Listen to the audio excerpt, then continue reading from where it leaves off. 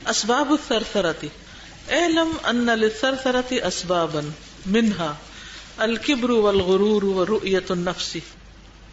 Number 2 مرض القلب الناتج عن ضعف الایمان. نمبر 3 الریاء ومحاولة جلب انظار الآخرین. نمبر 4 سطحیت المعرفة فيحسب انه استوعب كثيرا من العلوم مع انه لم يعرف الا القشور. نمبر 5 احتقار الآخرین وازدراؤهم وعدم رؤية ما هم علیہ. نمبر 6 شہوۃ الکلام التي ابتلی بها كثير من الناس. باتونی پن کے اسباب، وجہ کیا ہوتی ہے، لوگ کیوں زیادہ بولتے ہیں؟ جان لو کہ سرسرہ کے بہت سے اسباب ہیں، جن میں سے بعض یہ ہیں. نمبر 1 تکبر، غرور اور خود پسندی. یہ تو سب سے بڑا سبب ہے. جس انسان کو اپنی بڑائی جتانے کا شوق ہو، میں بڑا ہوں، کنٹرول کرنے کا شوق ہو، وہ پھر سب سے پہلے باتوں سے کنٹرول کرتا ہے، اور کوئی نہ سنے تو پہلے سے بھی ڈوز بڑھا دیتا ہے. نمبر 2 دل کی بیماری، جو کہ کمزور ایمان کا نتیجہ ہے. دل کی بیماری، منافقت. نمبر 3 ریاکاری اور دوسروں کو اپنی طرف متوجہ کرنے کی کوشش، اٹینشن سیکر ہونا. نمبر 4 سطحی معلومات رکھتے ہوئے سمجھنا کہ پورے علوم کو جانتا ہے، حالانکہ وہ صرف چھلکے کو جانتا ہے، اس کے اندر چھپے گودے کو نہیں دیکھتا. نمبر 5 دوسروں کی تحقیر کرنا اور ان کو ذلیل سمجھنا، اور یہ نہ دیکھنا کہ وہ کس حال میں ہے. نمبر 6 باتوں کی شہوت، جس میں بہت سے لوگ مبتلا ہو گئے ہیں. یہ ہیں اسباب باتونی پن کے. اب ہم اپنا موازنہ یہاں کریں، دوسروں کو نہ دیکھیں، اس میں اپنے آپ کو دیکھیں کہ ہمیں کون سا جذبہ زیادہ بلواتا ہے. اپنا علم جھاڑنے کا روک کہ ہم قرآن پڑھ گئے ہیں، ہم بہت دین جاننے والے ہیں، اس لیے لوگ اب ہماری باتیں سنا کریں، یا پھر دوسروں کی توجہ حاصل کرنے کی خواہش، ہر ایک کی بات کاٹ دینا، کسی کو سننے نہ دینا. لفظی ترجمہ دیکھتے ہیں. اسباب السرسرہ باتونی پن کے. علم جان لو، ان للسرسرۃ اسبابا منها باتونی پن کے کئی اسباب ہیں، جن میں سے بعض یہ ہیں: الکبر والغرور، کبر اور غرور، ورؤیت النفس اور اپنے نفس کو دیکھنا یعنی خود پسندی. مرض القلب دل کی بیماری، الناتج جو نتیجہ ہے، عن ضعف الایمان ایمان کی کمزوری کا. ایمان کمزور جس کی وجہ سے منافقت دل میں ہے، تو ایمان بڑھانے کی ضرورت ہے. نمبر 3 الریاء ریاکاری، دکھاوا، ومحاولۃ اور کوشش، جلب انظار الاخرین دوسروں کی نظروں کو کھینچنے کی. جلب ہوتا کھینچنا، دوسروں کو اپنی طرف کھینچنے کی کوشش. نمبر 4 سطحیت المعرفہ، سطحی معلومات. فیحسب انہ استوعب کثیرا من العلوم، تو وہ سمجھتا ہے کہ اس نے بہت سے علوم کا احاطہ کر رکھا ہے، یعنی خوب جانتا ہے. ما انہ باوجود اس کے کہ لم یعرف نہیں جانتا الا القشور مگر چھلکے، صرف چھلکے کو جانتا ہے، اندر چھپے وہ گودے کو نہیں. نمبر 5 احتقار حقیر جاننا، الآخرین دوسروں کو، وازدراؤہم اور ان کو ذلیل سمجھنا، وعدم رؤیت ما ہم علیہ اور نہ دیکھنا جس پر وہ ہیں، یعنی ان کے حالات کو جاننے کی کوشش نہ کرنا، صرف ان کی ظاہری حال حلیے کو دیکھ کر ان کے بارے میں بری رائے قائم کر لینا اور انہیں باتیں سنانا. عام طور پہ کیا ہوتا ہے، جب کوئی اچھے لباس میں ہوتا ہے، اچھے حال میں ہوتا ہے، تو ہم بڑھ بڑھ کے اس سے بات کر رہے ہوتے ہیں، اس کے گلے لگ رہے ہوتے ہیں، اس کی طرف متوجہ ہو رہے ہوتے ہیں. اس کے مقابلے میں اگر کوئی شخص ہے جس کے پاس اچھا لباس نہیں یا کم علم ہے تو اس کی طرف توجہ بھی نہیں کرتے. کس قدر خطرناک علامت ہے. شہوت الکلامی، کلام کی شہوت، خواہش، التی ابتلی بہا کثیر من الناس جس میں بہت سے لوگ مبتلا ہو چکے ہیں، اور کوئی وجہ نہیں، بس بولنے کی عادت ہے اس لیے بولتے ہی چلے جانا.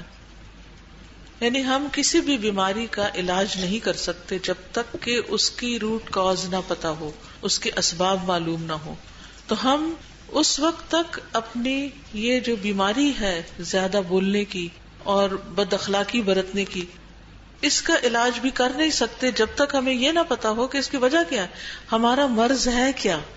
اپنے آپ سے سوال کیجئے کہ میں کیوں بہت زیادہ بولتی ہوں، فالتو بولتی ہوں یا غلط بیانی کرتی ہوں یا دوسروں کے لیے بوجھ کا باعث بنتی ہوں، کیا وجہ ہے؟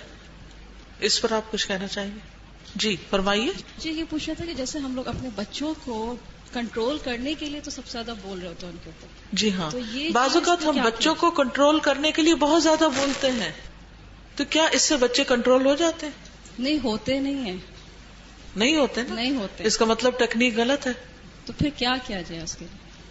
ان کو اکیلے لے جائیں الگ اور ان کو ٹائم دیں اور ان سے پوچھیں کہ وہ کوئی مخصوص چیز جو ہے وہ کیوں کر رہے ہیں، اپنا کام کیوں نہیں کر رہے، یا کچھ ہوتا ہی ہے کہ ہم اکٹھے بیٹھے بچوں کو ایک کی غلطی ہوتی سب کو ڈانٹنا شروع کر دیتے. کس قدر غلط بات ہے. شرارت ایک نے کی، ڈانٹ سب کو پڑ گئی. تھوڑی دیر میں ایک اور نے شرارت کی، پھر سب کو ڈانٹ پڑ گئی، پھر سب کو، تو سارے یہ ابیوز ہوتے رہتے ہیں. تو ہمیں پھر وہاں یہ دیکھنا چاہیے کہ مسئلہ ہے کیا. کیا یہ بھوکے ہیں جو تنگ کر رہے ہیں، پیاس لگی ہے ان کو، نیند نہیں ان کی پوری ہوئی، بیمار ہیں، کس وجہ سے یہ چھیڑ چھاڑ کر رہے ہیں، یا کام نہیں کر رہے، یا تنگ کر رہے ہیں، یا چیزیں گرا رہے ہیں. بعضوں کو تو انہیں صرف ماں کی توجہ چاہیے ہوتی ہے. تو 1 by 1 ہر بچے کو کوالٹی ٹائم دیا کریں اور اس کو سمجھنے کی کوشش کریں. فالو یور چائلڈ، کہ اس کی نفسیات ہے کیا اور کس طرح اس کے ساتھ مجھے ڈیل کرنا ہے. پھر الگ بیٹھ کے باتیں کریں، ہر ایک کا الگ وقت نکالیں، کیونکہ اس کو ماں کی توجہ چاہیے. ہم اپنی فرسٹریشن نکالنے کے لیے ان کو ڈانٹ ڈپٹ کے سمجھتے کہ ہم نے اپنا کام کر لیا، جس سے ان کی ساری زندگی کے لیے عادت نہ سننے کی ہوتی ہے اور نہ سنورنے کی. جی بولیے. میرا کوشچن ہے ریگارڈنگ ٹین ایجرز. جیسے ہمارے ٹین ایجرز جو ہے نا وہ بہت خول میں چلے جاتے ہیں، اپنی دنیا میں رہتے ہیں، تو ان سے پھر بات کرنے کے لیے کس قسم کی بات کی جائے کہ وہ اسپیک اپ کریں. تو اس کے لیے بہت دفعہ کوشچن کرنا پڑتا ہے کہ کیا کیا اور کس طرح کیا. تو وہ پھر مجھے ہو رہا تھا کہ یہ بھی وہ کیلا کھال کر رہے ہیں. ہم ان کا انٹرسٹ جانیے.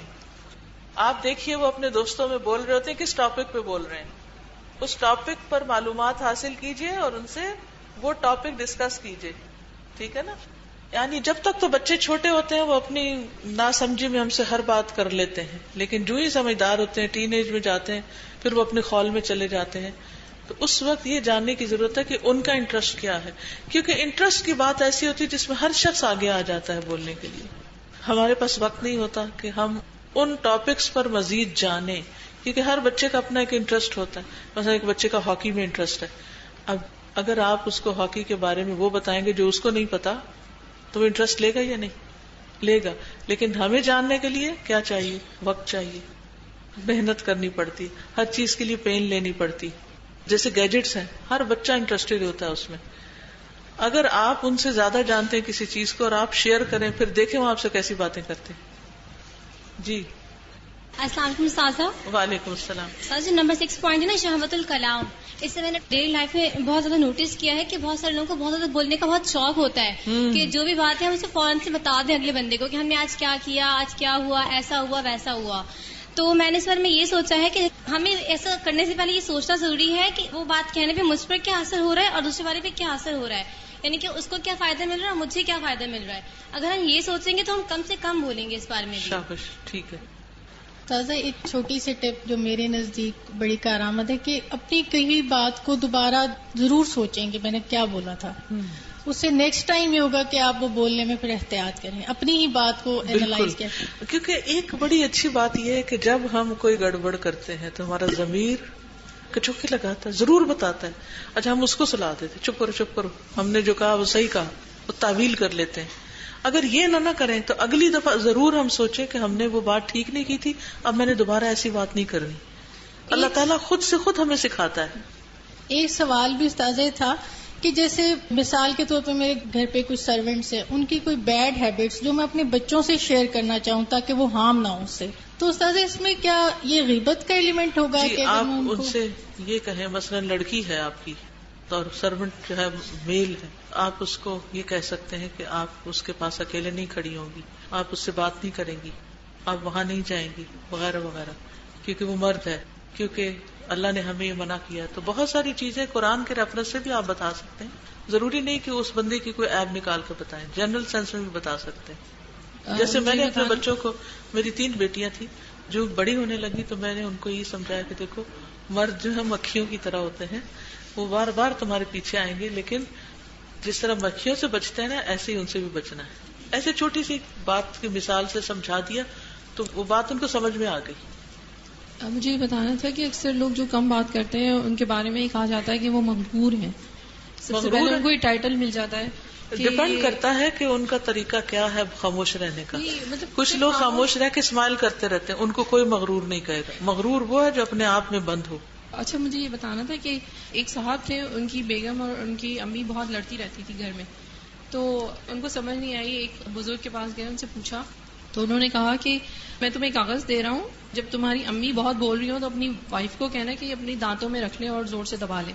تو انہوں نے ایسے ہی کیا، اور ایک ہفتے بعد وہ اتنے خوش ہوئے، وہ آئے، وہ صاحب بزرگ کے ہاتھ چھونے لگے اور کہا آپ نے ایسا کیا لکھ دیا تھا اس کاغذ پر؟ تو انہوں نے کہا میں نے کچھ نہیں لکھا تھا. بات ساری صرف یہ ہوتی ہے کہ اگر ایک شخص بول رہا ہے تو ضروری نہیں ہے اس کی بات کا جواب دیا جائے. اگر خاموشی اختیار کر لی جائے تو وہیں بات ختم ہو جاتی. یعنی باتیں نا مردہ مٹی کی طرح ہیں، ہم ان میں پانی ڈال ڈال کے تو ان کو جگاتے رہتے ہیں. یہ جو اسباب ہیں سرسرا کے، ان اسباب کو ہم کس طرح دور کر سکتے ہیں؟ عموماً لوگوں کو بات کرنے کا دل چاہتا ہے اور باتیں کرنے کا شوق بھی ہوتا ہے. اس کا حل یہی سمجھ میں آتا ہے کہ جب ہمارے پاس بیکار باتیں ہوتی ہیں سیدھے تو منہ سے نکلتی ہیں، جب ہمارے پاس اچھی باتیں ہوں گی تو اچھی باتیں نکلیں گی. جیسے الحمدللہ آپ اتنی باتیں کرتی ہیں مگر آپ کی ساری باتیں بہت اچھی ہوتی ہیں. تو میں نے ابھی آپ سے یہی سیکھا، کیونکہ میں خود بہت باتیں کرتی تھی، تو پھر میں نے جب رسول صلی اللہ علیہ وسلم کی ایک حدیث پڑھی تھی کہ اچھی بات کرو یا خاموش رہو، اس پر مجھے عمل کرنا تھا. تو میرے لیے کافی مشکل ہوتا تھا کہ میں اچھی بات ہی کرنی ہے مجھے، اور باتیں ختم ہو گئی اچھی جتنی پتہ تھی. تو پھر یہ کیا کہ نہیں، پھر کتابیں، رسول صلی اللہ علیہ وسلم کی احادیث، اور پھر قرآن، اور پھر آپ کے کیسٹس، اور وہ سب سنتی رہتی. تو پھر یہ ہوتا ہے کہ بہت اچھی اچھی باتیں دماغ میں آ جاتی ہیں الحمدللہ. تو یہ ایک اچھا رہتا ہے کہ پھر آپ کوئی بات کرتے ہیں تو کسی کو فائدہ ہی پہنچا کر جاتے ہیں. بالکل، کیونکہ منہ سے وہی نکلتا ہے جو دل میں ہوتا ہے، اور دل میں وہ ہوتا ہے جو کان اور آنکھ سے اندر جاتا ہے. مدار السرسرتی، اما مدار السرسرتی فانها كثيرة جدا، منها الاول تؤدي الى الكذب، وأعظم ذلك الكذب على الله ورسوله صلى الله عليه وسلم بتحليل ما حرم الله وتحريم ما أحل. الثاني تؤدي إلى غش المسلمين وخداعهم. الثالث تؤدي إلى العداوة والبغضاء بين الناس. الرابع تؤدي إلى عدم تقبل النصيحة والاستهانة بالناصح. الخامس تؤدي إلى استخلاص نتائج خاطئة نتیجۃ کلام غیر مدروس، وقد تجر علی الفرد والمجتمع ویلات عواقب وخیمۃ. السادس تؤدی الی خفاء الحق وبروز الباطل. السابع تؤدی الی فساد ذات البین. الثامن تؤدی الی اشتعال نار الفتن والنزاعات والحروب، فقد قیل اول الحرب کلام. نسأل اللہ تعالی ان یبصرنا بعیوبنا والحمد للہ علی کل حال. کثرت کلام کے نقصانات. سرسرا کے بہت سے نقصانات ہیں، جن میں سے بعض یہ ہیں. یہ انسان کو جھوٹ تک لے جاتا ہے، اور سب سے بڑا جھوٹ اللہ اور اس کے رسول پر ہے، اس طرح سے کہ اللہ کے حرام کردہ کو حلال کرنا اور حلال کو حرام قرار دینا. نمبر 2، مسلمان کو دھوکہ اور فریب تک لے جاتا ہے. نمبر 3، لوگوں کے درمیان دشمنی اور بغض پیدا کرواتا ہے. نمبر 4، خود نصیحت قبول نہ کرنا اور نصیحت کرنے والے کو توہین کی طرف لے جاتا ہے. نمبر 5، یہ اخلاص کو ختم کرنے اور بغیر پڑھے باتیں کرنے کے نتیجے میں غلط نتائج اخذ کرنے کی طرف لے جاتا ہے، جس کی وجہ سے وہ فرد اور جماعت کو تباہیوں، برے انجام اور بزدلی کی طرف کھینچتا ہے. نمبر 6، یہ حق کو چھپانے اور باطل کو ظاہر کرنے کی طرف لے جاتا ہے. نمبر 7، یہ لوگوں کو باہم لڑانے کی طرف لے جاتا ہے. نمبر 8، یہ فتنوں، اختلافات اور جنگوں کی آگ کو بڑھانے کی طرف لے جاتا ہے. بس یقیناً یہ بات کہی گئی کہ جنگ کی ابتدا گفتگو سے ہوتی ہے. ہم اللہ سے سوال کرتے ہیں کہ وہ ہمیں ہمارے عیوب دکھا دے، اور ہر حال میں اللہ کا شکر ہے. لفظی ترجمہ دیکھ لیجیے. مدار، نقصانات، السرسرہ، باطونی پن کے. اما جہاں تک تعلق ہے مدار سرسرہ تھی، سرسرہ کے نقصانات کا، فإنہا تو بے شک وہ کثیرۃ جداً، بہت زیادہ ہیں. باطونی پن کے بہت زیادہ نقصانات ہیں. منہا ان میں سے بعض یہ ہیں. پہلا ہے تؤدی الی الکذب، یہ جھوٹ کی طرف لے جاتا ہے. یعنی انسان جب بہت بولتا ہے تو بعض اوقات وہ سچ بات نہیں کرتا، وہ غلط بات کرنا شروع کر دیتا ہے. وَأَعْظَمُ ذَلِكَ، اور ان میں سب سے بڑا جھوٹ الکذب، جھوٹ علی اللہ، اللہ پر، ورسولہ، اور اس کے رسول پر ہے صلی اللہ علیہ وسلم پر، بتحلیل ما حرم اللہ وتحریم ما احل، حلال کرنا جو اللہ نے حرام کیا اور حرام کرنا اس کو جو اللہ نے حلال کیا. یہ کیسے ہوتا ہے؟ یہ اس طرح ہوتا ہے کہ لوگ باتیں کرتے کرتے قرآن و حدیث کوٹ کرنے لگتے ہیں. قرآن میں یہ آیا ہے، حالانکہ قرآن میں کوئی نہیں آیا ہوتا.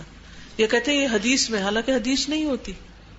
تو یہ آپ اپنی بات کو قرآن کہہ رہے ہیں اور اپنی بات کو حدیث فرما رہے ہیں. تو یہ انتہائی خطرناک چیز ہے، اس سے بچنے کی ضرورت ہے. اسی طرح کچھ چیزوں کے بارے میں کہنا کہ یہ تو حرام نہیں ہے، کسی کے بارے میں کہنا یہ تو کر سکتے ہیں، یا کوئی چیز دین میں حرام نہیں اس کو اپنے پاس سے حرام کر دینا، خود سے باتیں کرنا، خود سے فتوے دینا اور مفتی بن بیٹھنا. تو یہ جو خود ساختہ مفتی بننا ہے، اپنے پاس سے دین کی باتیں بتانے لگ جانا جبکہ وہ نہ قرآن میں ہے کہیں اور نہ حدیث میں ہے، یہ بہت بڑا ظلم، بہت بڑا جرم ہے. اس سے پرہیز کرنا چاہیے.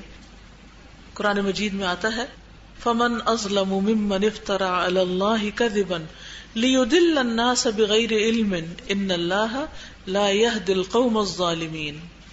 پھر اس سے زیادہ بڑا ظالم اور کون ہے جو اللہ پر جھوٹ باندھے. یعنی سب سے بڑا ظلم یہ ہے، اور یہ بھی انسان اپنی زبان سے کرتا ہے تاکہ لوگوں کو کسی علم کے بغیر گمراہ کر دے. بے شک اللہ ظالم لوگوں کو ہدایت نہیں دیتا. پھر سورۃ النحل 116 میں اللہ تعالیٰ فرماتے ہیں وَلَا تَقُولُوا لِمَا تَصِفُ أَلْسِنَتُكُمْ الْكَذِبَ هَذَا حَلَالٌ وَهَذَا حَرَامٌ لِتَفْتَرُوا عَلَى اللَّهِ الْكَذِبَ إِنَّ الَّذِينَ يَفْتَرُونَ عَلَى اللَّهِ الْكَذِبَ لَا يُفْلِحُونَ. النحل 116. جو جھوٹ تمہاری زبانوں پر آ جائے اس کی بنا پر یوں نہ کہا کرو کہ یہ حلال ہے اور یہ حرام ہے. یعنی جس چیز کے بارے میں یقین نہ ہو کہ حرام ہے یا حلال ہے تو خود سے مت اسے حلال حرام کرو تاکہ اللہ پہ جھوٹ باندھو. بے شک جو لوگ اللہ پر جھوٹ باندھتے ہیں وہ فلاح نہیں پاتے، کبھی بھی کامیاب نہیں ہو سکتے. تو کس چیز سے بچنا ہے؟ اللہ اور اس کے رسول پر جھوٹ باندھنے سے بچنا ہے. رسول اللہ صلی اللہ علیہ وسلم نے فرمایا سب سے بڑا بہتان اور سخت جھوٹ یہ ہے کہ آدمی اپنے باپ کے سوا کسی اور کو اپنا باپ کہے. کیا سب سے بڑا جھوٹ ہے؟ آدمی اپنے باپ کے سوا کسی اور کو باپ کہے. نسب بدل دینا، جیسے لوگ بچہ اڈاپٹ کرتے ہیں نا تو اس کے باپ کا نام بھی بدل دیتے ہیں. یا جو چیز اس نے خواب میں نہیں دیکھی اس کے دیکھنے کا دعویٰ کرے. اچھا، لوگوں کو خواب سنانے کا بھی بڑا شوق ہوتا ہے اور اس میں بعض اوقات جھوٹ بھی ملا دیتے ہیں کیونکہ ہر بات پکی طرح یاد نہیں ہوتی یا اس کا کانٹیکسٹ بدل دیتے ہیں. یہ بھی ایک جرم ہے. یا رسول اللہ صلی اللہ علیہ وسلم کی طرف ایسی حدیث منسوب کرنا جو آپ نے نہ فرمائی ہو، بہت بڑے جرم ہیں. تو بہت باطونی لوگ اپنے پاس سے خواب گھڑتے رہتے ہیں، قصے گھڑتے رہتے ہیں، جھوٹ موٹ سے لوگوں کو ہنساتے ہیں یا دین میں بھی پھر تباہ آزمائی شروع کر دیتے ہیں. تو ان چیزوں سے بچنے کی ضرورت ہے. تو باطونی پن کا سب سے بڑا نقصان یہ ہے کہ انسان کی زبان سے جھوٹ نکلنے لگتا ہے اور جھوٹ ہلاکت کی طرف لے جاتا ہے، برائی کی طرف لے جاتا ہے. دوسری چیز تؤدی الی غش المسلمین وخداعہم، یہ مسلمانوں کو فریب اور دھوکہ دینے کی طرف لے جاتا ہے. غش ہوتا ہے فریب، وخداعہم اور ان کو دھوکہ دینے کی طرف. دونوں ہم معنی ہی ہیں تقریباً. یعنی بعض لوگ اپنی چکنی چپڑی باتوں سے لوگوں کو مس لیڈ کرتے ہیں، مس گائیڈ کرتے ہیں. اور اس میں بعض مذہبی اسکالرز بھی آتے ہیں، وہ ایسی ایسی کہانیاں سناتے ہیں قرآن و حدیث سے متعلق جن کا کوئی وجود نہیں ہوتا اس میں، اور لوگ واہ واہ کر رہے ہوتے ہیں. شاید کبھی آپ کو بھی ایسا کوئی تجربہ ہوا ہو اور اتنا اللہ سے ڈر لگتا ہے کہ یہ بغیر علم کے کیسے باتیں کیے چلے جا رہے ہیں. تو عام روزمرہ زندگی میں جھوٹ بولنا بھی برا ہے اور کسی کو دھوکہ دینا، لیکن خاص طور پر دین کے معاملے میں کسی کو دھوکہ دینا اور بھی برا ہے. ریلیجس ایکسپلائٹیشن، دین کو ہتھیار بنا کے اللہ رسول کے نام کو استعمال کر کے لوگوں کو لوٹنا، یہ اور بھی برا ہے. اس میں انسان کسی اور کا نہیں، اپنا ہی نقصان کرتا ہے. تیسری چیز تؤدی الی العداوۃ والبغضاء بین الناس، باطونی پن سے لوگوں کے درمیان عداوت اور بغض پیدا ہو جاتا ہے. یہ کیسے ہوتا ہے؟ آپ میں سے کوئی بتائے گا؟ یعنی جب بہت باتیں ہوتی ہیں تو لڑائیاں جھگڑے ہو جاتے ہیں، دلوں میں نفرتیں بیٹھ جاتی ہیں، لفظ چبھ جاتے ہیں، لوگ ان الفاظ کو لے کے بیٹھے رہتے ہیں، اس کو بھولتے نہیں اور وقتاً فوقتاً اس کا بدلہ لیتے رہتے ہیں واپس سنا کر. اس بارے میں کوئی کچھ کہنا چاہے گا؟ کوئی تجربہ ایسا ہوا آپ کو؟ جی استاذہ، میں یہ شیئر کرنا چاہ رہی تھی کہ ابھی ریسنٹلی ایسا واقعہ ہوا کہ دو بہنوں کے درمیان میں نے خود اپنی آنکھوں سے دیکھا کہ بہت زیادہ لڑائی ہوئی، بات آپس میں ایک دوسرے پر الزام کی طرف آئی، اور جو وہ خیر کا کام کرنے جا رہے تھے وہ خیر کا کام نہیں ہوا. یعنی وہاں پر کچھ کلاس وغیرہ ہونی تھی، وہ قرآن کی کلاس ہی نہیں ہو سکی، اور صرف ان دو لوگوں کی وجہ سے 8-10 لوگوں کا جو ہے نقصان ہوا. انا للہ و انا الیہ راجعون. نبی صلی اللہ علیہ وسلم لیلۃ القدر کی خبر لے کر آ رہے تھے. جب گھر سے تشریف لائے، دیکھا دو لوگ لڑ رہے ہیں، تو آپ نے فرمایا ان کی لڑائی کی وجہ سے یہ میرے دل سے اٹھا لی گئی ہے. ورنہ جیسے عرفہ کا دن ہمیں پتا ہوتا ہے، اسی طرح لیلۃ القدر بھی پتا ہوتی تو ہم کتنا فائدہ اٹھاتے، کوئی مس نہ کرتا. استاذہ، بعض اوقات مذاق میں ایک بات کی جاتی ہے اور پھر آگے والے کو وہ ہرٹ کر جاتی ہے، اور پھر سالوں گرجز رہتے ہیں اس کے. یس، بعض اوقات مذاق اڑایا جاتا ہے، اور جب مذاق میں کسی سے کوئی بات کی جاتی ہے یا کمنٹ کیا جاتا ہے تو دوسرا شخص ہرٹ ہو جاتا ہے اور وہ ناراض ہو بیٹھتا ہے. کوئی ناراضگی ایسی بتائیے جو بات کے علاوہ ہو گئی ہو. ہر ناراضگی کے پیچھے فضول قسم کی باتیں ہوتی ہیں. میں کہنا چاہتی کہ ہم لوگ جب بہت زیادہ بولنے کے عادی ہوتے ہیں نا، تو پھر ہم سامنے والے کی پوری بات سنتے نہیں ہیں. پھر جب سنتے نہیں ہیں نا تو پھر ہمیں غلط فہمی ہو جاتی ہے، تو پھر ہم خود ہی اپنے اس میں پھنس جاتے ہیں. بالکل جی.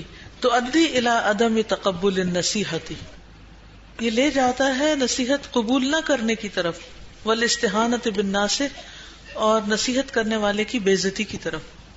یعنی جو لوگ بہت باتونی ہوتے ہیں وہ اگر ان کو کوئی نصیحت کرے تو اس کی بھی بے عزتی کر دیتے ہیں، لحاظ ہی نہیں کرتے اور نصیحت قبول ہی نہیں کرتے، کیونکہ وہ باتوں کے زور پہ دوسرے کو دبا جاتے ہیں. پھر ہے تو ادی الی استخلاص نتائج خاطئہ، پھر وہ نکالتے ہیں غلط نتیجے، اس کی طرف لے جاتی ہے. نتیجہ تو کلام، جو نتیجہ ہوتا ہے ایسے کلام کا، غیر مدروس، جو صحیح طرح پڑھا نہ گیا ہو، یعنی اسٹڈی نہ کیا گیا ہو. وقت تجر، اور تحقیق لے جاتا ہے یعنی کھینچتا ہے، علی الفرد والمجتمع، فرد اور مجتمع یعنی معاشرے پر، یعنی کھینچ لے جاتا ہے یہ عمل. ویلات، ہلاکتیں، عواقب وخیمت، بھیانک انجام کی، یعنی بھیانک انجام کی ہلاکتیں فرد اور سوسائٹی پر جا پڑتی ہیں اس قسم کی باتوں کی وجہ سے، جس میں کسی کیس کو پراپرلی اسٹڈی نہیں کیا جاتا اور غلط نتیجے نکال لیے جاتے ہیں. یعنی بیسیکلی مس انڈرسٹوڈ کیس کے لیے کہا گیا ہے کہ دوسرے کی بات سمجھی نہیں جاتی. جب انسان بہت بولتا ہے تو سنتا نہیں، جب سنتا نہیں تو کیا ہوتا ہے، بات کو سمجھتا نہیں، جب سمجھتا نہیں تو بغیر سوچے سمجھے فتوے دینے لگتا ہے، یا دوسروں کے بارے میں رائے دینے لگتا ہے، یا مشورے دینے لگتا ہے. اچھا، اس کا نتیجہ کیا ہوتا ہے کہ فائدے کے بجائے نقصان ہوتا ہے. کئی دفعہ ایسا نہیں ہوتا کہ لوگ ابھی اپنا مسئلہ سنا ہی رہے ہوتے ہیں کہ آپ بیچ میں سے بات اچک کے فیصلہ بھی سنا دیتے، کوئی ضرورت نہیں اس سے بولنے کی، بات کرنے کی، چھوڑ دو اس کو، ابھی بات ہی نہیں پوری ہوئی. اور یہ ہم میں سے ہر ایک کے ساتھ ایکسپیرینس ہوتا ہے کہ ہم دوسرے کی پوری بات، غیر مدروس کا مطلب ہے پورا غور و خوض ہی نہیں کیا اس پہ، اسٹڈی نہیں کیا اس کا کوئی نتیجہ ہی نہیں نکالا، پورے جائزہ ہی نہیں لیا بات کا، اور پہلے ہی فیصلہ سنا دیا. تو اس سے بھی بچنا چاہیے کیونکہ اس کے بھی بڑے خطرناک نتائج ہوتے ہیں. تو ادی الی خفاء الحق و بروز الباطل، یہ حق کو چھپانے اور باطل کو ظاہر کرنے کی طرف لے جاتا ہے، حق کو چھپانے کی طرف لے جاتا ہے. جی ہاں، حق کو کیسے چھپاتا ہے؟ سرسرا حق کو کیسے چھپاتا ہے؟ جب آپ صحیح بات سننے کے لیے تیار نہیں ہوتے تو پھر کیا ہوتا ہے؟ حق بات تو دب جاتی ہے نا. صرف آپ اپنی سنا رہے ہیں، دوسرے کی سنی نہیں آپ نے، اور آپ اپنے آپ کو عقل کل سمجھ رہے ہیں کہ جو میں کہہ رہا ہوں وہی ٹھیک ہے. تو ادی الی فساد ذات البین، لوگوں کو باہم لڑانے کی طرف لے جاتا ہے. فساد ذات البین، آپس میں لڑائیاں، جھگڑے، فساد. تو ادی الی اشتعال نار الفتن، یہ لے جاتا ہے یعنی سرسرا فتنوں کی آگ بھڑکانے کی طرف، فتنے اس سے بھڑک اٹھتے ہیں، والنزاعات اور جھگڑے، والحروب اور جنگیں، فقد قیل پس تحقیق کہا گیا، اول الحرب کلام، لڑائی کی ابتدا کلام سے ہوتی ہے، بات چیت سے ہوتی ہے۔ دو جماعتیں آپس میں لڑیں یا دو گروہ آپس میں لڑے تو ایک دوسرے کے خلاف بیان دیتا ہے، جواب میں دوسرا دھمکی دیتا ہے، پہلا پھر دوبارہ اس سے بڑی دھمکی دیتا ہے، حتیٰ کہ پھر اپنی کہی ہوئی بات کو پروو کرنے کے لیے لوگ لڑائیوں جھگڑوں میں پڑ جاتے ہیں۔ تو بات کہاں سے شروع ہوئی؟ صرف بات سے۔ چھوٹے بچوں میں بھی آپ دیکھیے، ایک کچھ کہتا ہے دوسرے کو چڑھاتا ہے، وہ آگے سے چیختا ہے، پھر پہلا اور چڑھاتا ہے تو پھر وہ دوسرا کیا کرتا ہے، ہاتھ اٹھا لیتا ہے، مار پٹائی شروع ہو جاتی، جو چیز ہاتھ میں وہ اٹھا پھینکتا ہے۔ یہ صرف بچوں میں نہیں، بڑے بچوں میں بھی ہے یہ، اور اس سے کئی لڑائیاں جھگڑے فتنے فساد شروع ہوتے ہیں۔ نسأل اللہ تعالی، ہم اللہ سے سوال کرتے ہیں، ان یبصرنا بعیوبنا، کہ ہمارے عیب ہمیں دکھا دے، والحمد للہ علی کل حال، اور ہر حال میں اللہ کا شکر ہے کہ جس نے ہمیں یہ راہ دکھائی۔ اب کچھ دعائیں ہیں جو میں آپ کو پڑھاؤں گی، وہ آپ لکھ بھی لیجئے اس پر اور پھر یاد بھی کر لیجئے تاکہ ہم اپنے زبان کے شر سے بچ سکیں۔ تیار ہیں دعاؤں کے لیے؟ زبان کی درستگی کی دعا ہے، اللہم عافنی من شر سمعی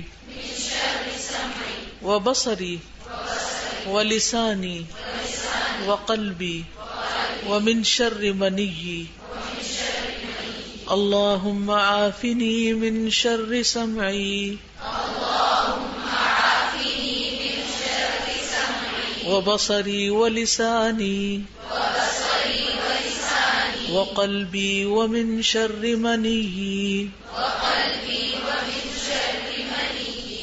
اے اللہ مجھے میرے کانوں، آنکھوں، زبان، دل اور منی یعنی شرمگاہ کے شر سے عافیت میں رکھنا۔ رب اعنی ولا تعن علی وانصرنی ولا تنصر علی وامکر لی ولا تمکر علی واہدنی ویسر ہدای الی وانصرنی علی من بغی علی اللہم اجعلنی لک شاکرا لک ذاکرا لک راہبا لک مطواعا الیک مخبتا اواہا منیبا رب تقبل توبتی واغسل حوبتی واجب دعوتی وثبت حجتی واہد قلبی وسدد لسانی واسلل سخیمۃ قلبی۔ اے میرے رب میری مدد فرما، میرے خلاف کسی کی مدد نہ کر، میری نصرت فرما، میرے خلاف کسی کی نصرت نہ کر، میرے حق میں تدبیر فرما، میرے خلاف تدبیر نہ کر، میری رہنمائی فرما اور ہدایت کو میرے لیے آسان فرما، اور جو میرے خلاف بغاوت کرے اس کے مقابلے میں میری مدد فرما۔ یا اللہ مجھے اپنا شکر گزار، اپنا ذکر کرنے والا، تجھی سے ڈرنے والا، از حد اطاعت گزار اور بہت ہی تواضع کرنے والا یا بار بار پلٹ کر آنے والا بنا دے۔ اے میرے رب میری توبہ قبول کر لے، میری خطائیں دھو ڈال، میری دعا قبول فرما، میری حجت قائم فرما دے، میرے دل کو ہدایت دے دے، میری زبان کو حق پر مستقیم رکھ اور میرے دل سے میل کچیل بغض حسد کینہ وغیرہ نکال دے۔ پھر اللہ سے سچی زبان کا سوال کرنا، اللہم انی اسألک الثبات فی الامر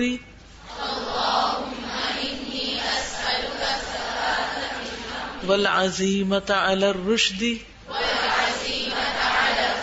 واسألک موجبات رحمتک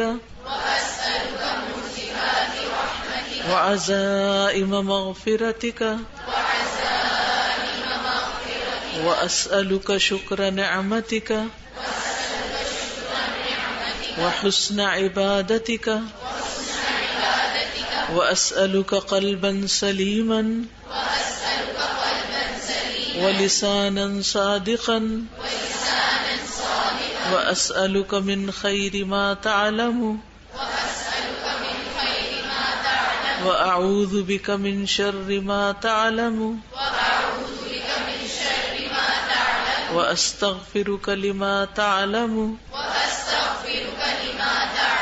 إنك أنت علام الغيوب. اے اللہ میں تجھ سے دین پر ثابت قدمی اور ہدایت پر پختگی کا سوال کرتا ہوں، یعنی جو کچھ ہم نے پڑھا ہے اس پر ہم قائم بھی رہیں، اور میں تجھ سے تیری رحمت کو واجب کرنے والے اور تیری مغفرت کو لازم کرنے والے امور کا سوال کرتا ہوں، یعنی ایسے کام کروں کہ تو مجھے بخش دے. میں تجھ سے تیری نعمتوں کا شکر ادا کرنے اور اچھے انداز میں عبادت کرنے کا سوال کرتا ہوں. میں تجھ سے سلامت دل اور سچی زبان کا سوال کرتا ہوں، اللہ مجھے سچی زبان دے. میں تجھ سے ہر اس بھلائی کا سوال کرتا ہوں جسے تو جانتا ہے، اور ہر اس برائی سے تیری پناہ چاہتا ہوں جو تیرے علم میں ہے، اور تجھ سے ان تمام گناہوں کی بخشش چاہتا ہوں جو تیرے علم میں ہے. بے شک تو غیبوں کو خوب جاننے والا ہے. پھر اسی طرح یہ ہے کہ اگر ہم کسی کو زبان سے تکلیف دیں تو اس کے لیے بھی دعا کرنی چاہیے. ٹھیک ہے، اس کے لیے دعا کرنی چاہیے کہ اللہ اس کو بخش دے اور ہمیں بھی بخش دے، تاکہ ہماری غلطی معاف ہو جائے. یعنی جس کو زبان سے ہرٹ کیا اسے دعا دے کے خوش کریں. اللہم انی اتخذ عندک عہدا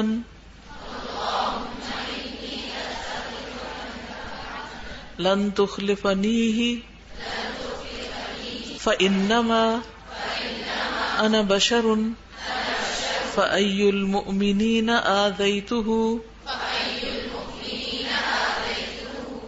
شتمتہ آذیتہ شتمتہ لعنتہ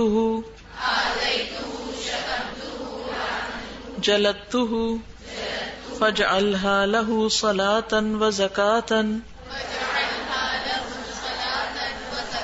وقربة تقربه بها إليك یوم القیامت. اے اللہ میں تجھ سے عہد کرتا ہوں اور تو ہرگز وعدے کے خلاف نہیں کرتا. میں صرف ایک انسان ہوں. جس مومن کو میں تکلیف دوں، اس کو برا کہوں، اس پر لعنت کروں، اسے سزا دوں، تو اسے اس کے لیے رحمت اور پاکیزگی اور ایسا باعث قرب بنا دے کہ وہ قیامت کے دن تیرے قریب ہو. یہ سوری کارڈ جو ہے اس پر بھی یہ دعا لکھی ہوئی ہے، اس کو بھی آپ لے کے یاد کر سکتے ہیں. اس میں تھوڑے سے الفاظ مختلف ہیں لیکن دعا بہت عمدہ ہے. ایک دو اناؤنسمنٹس ہیں وہ میں کر لیتی ہوں، پھر آپ اٹھیں. کچھ نئی پروڈکٹس ہیں، دعاؤں کے کارڈز ہیں. ایک یہ دعا ہے سبحان اللہ کے نام سے، بہت خوبصورت اللہ کی تسبیح ہے. اس پوسٹر کو اپنے گھر میں لگا لیں اور روز ایک دفعہ اس کو دیکھ کر پڑھ لیں. آج کل ہر شخص پریشان ہے اور حفاظت کے لیے طلبگار ہوتا ہے، تو یہ حفاظت کی دعا ہے. اس کے پیچھے اس کا فائدہ بھی لکھا ہوا ہے. خصوصاً اگر کسی کو جادو وغیرہ کی شکایت ہو، یا جیسے حضرت کعب نے کہا تھا کہ اگر میں یہ نہ پڑھتا تو یہود مجھے جادو کر کر کے گدھا بنا دیتے، تو بہت ہی اچھی دعا ہے جادو وغیرہ کے اثر سے محفوظ رہنے کے لیے. اسی طرح اگر کسی کو درد و تکلیف ہو تو بجائے اس کے کہ کسی کے پاس دوڑے جائیں دم کرانے کے لیے، آپ خود درد والی جگہ پر ہاتھ رکھ کر 3 دفعہ بسم اللہ اور 7 دفعہ اعوذ بعزت اللہ و قدرتہ من شر ما اجد و احاذر پڑھیں. تو یہ آپ دوسروں کو بھی تحفہ دے سکتے ہیں، ہسپتالوں میں آپ بانٹ سکتے ہیں، ان کو سکھا سکتے ہیں تاکہ وہ اپنا علاج خود بھی کرتے رہیں. حدیث میں آتا ہے، ابو امامہ الباہلی سے روایت ہے کہ نبی صلی اللہ علیہ وسلم نے فرمایا، کیا میں تمہیں شب و روز اللہ کی مسلسل ذکر کرنے سے افضل ذکر نہ بتاؤں؟ تم کہا کرو الحمدللہ عدد ما خلق، الحمدللہ ملء ما خلق، الحمدللہ عدد ما فی السماوات وما فی الارض، الحمدللہ عدد ما احصا کتابہ، والحمدللہ علی ما احصا کتابہ، والحمدللہ عدد کل شیء، والحمدللہ ملء کل شیء. جو شخص یہ ذکر پڑھتا ہے وہ ایسا ہے جیسے سارا دن ذکر کرتا رہا، یعنی اس ذکر کا اتنا زیادہ فائدہ ہے. تو اس کو آپ ضرور پڑھیے. اسی طرح ہر روز آپ سفر کرتے ہیں، کلاس کے لیے جاتے ہیں، جاب پہ جاتے ہیں، واپس آتے ہیں، کیا کرنا چاہیے اور کیا نہیں کرنا چاہیے، اس میں نئی دعائیں بھی شامل ہیں اس کتاب کے اندر، سفر کے آداب اور دعائیں، اور بھی بہت سی اچھی اچھی باتیں نبی صلی اللہ علیہ وسلم کی سنت سے شامل کی گئی ہیں. تو ایک ایک بات روز پڑھ کر اس پر عمل کرتے رہیں تو انشاءاللہ جتنا عرصہ بھی آپ گھر سے باہر نکل کر کوئی کام کرنے جاتے ہیں یا پڑھنے جاتے ہیں تو وہ سفر بھی آپ کا عبادت بن جائے گا. ٹھیک ہے. اور آخری بات یہ ہے کہ الحمدللہ اللہ کے فضل سے DHE کی جو بلڈنگ ہے الہدا کی، جو آج سے 10-12 سال پہلے پلاٹ لیا گیا تھا، اللہ کے فضل سے اب اس کی تعمیر ہو رہی ہے. میں چاہوں گی کہ آپ سب اس میں اپنا حصہ، اپنے والدین کا حصہ، اپنے پیاروں کا حصہ ڈالیں تاکہ وہاں پر جب اس قسم کی کلاسز ہوں تو آپ کے لیے صدقہ جاریہ بنے. اب آپ دیکھیے صرف ایک دن کی کلاس میں ہزاروں خرچ کرنے پڑتے ہیں، تو انشاءاللہ جب اپنی بلڈنگ ہوگی تو یہ بہت سے مسائل حل ہو جائیں گے. لیکن وہ جلد جب ہی بن سکتی ہے جب اس میں کچھ ڈالا جائے گا. جزاکم اللہ خیرن. آپ سب کے آنے کا، بیٹھنے کا، سننے کا، سمجھنے کا اور انشاءاللہ عمل کرنے کا بہت شکریہ. اللہ ہمارے لیے اس مجلس کو بابرکت بنائے، اور جس نے جس طرح بھی ہم سے تعاون کیا، مال سے، وقت سے، اپنے جسمانی قوت کے ساتھ، اللہ تعالیٰ ان سب کو بہترین جزائے خیر عطا کرے، اور اللہ تعالیٰ ہمیں دوبارہ بھی علم کی مجلس میں پھر اکٹھا کرے اپنی رضا پر. اجازت چاہتی ہوں. سبحانک اللہم و بحمدک، اشہد ان لا الہ الا انت، استغفرک و اتوب الیک. السلام علیکم و رحمۃ اللہ وبرکاتہ.